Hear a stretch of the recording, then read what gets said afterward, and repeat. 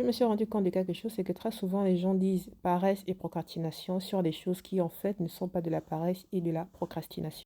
Très souvent, une personne qui comme ça semble paresseuse n'est pas semblée du sien pour aller de l'avant, pour mettre en place ses projets. Une personne qui est tout le temps en train de se plaindre, donne l'impression de toujours tourner en rond. C'est pas souvent de la paresse, c'est pas souvent de la procrastination, mais il y a une réelle raison derrière. Il peut avoir la raison de la dépression parce qu'il y a beaucoup de personnes qui sont dépressives parmi nous, mais parce que justement, elles ont l'habitude de porter un masque, elles ont l'habitude de faire semblant qu'on pense qu'elles vont bien alors elles s'efforcent. En fait, elles sont en train de souffler à l'intérieur, elles sont en train de s'écrouler à l'intérieur.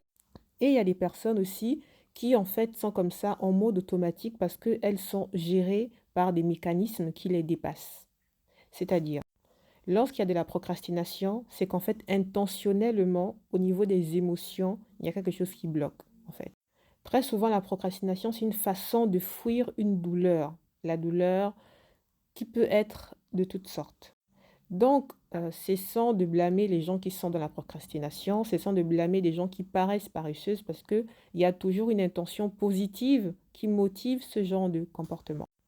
Évidemment, si la personne souhaite travailler sur elle, il y a des outils qui sont mis à disposition pour pouvoir aller de l'avant, n'est-ce pas, monter d'un niveau dans la gestion de cette procrastination et de cette paresse, mais c'est d'abord la personne qui doit décider de changer de réalité.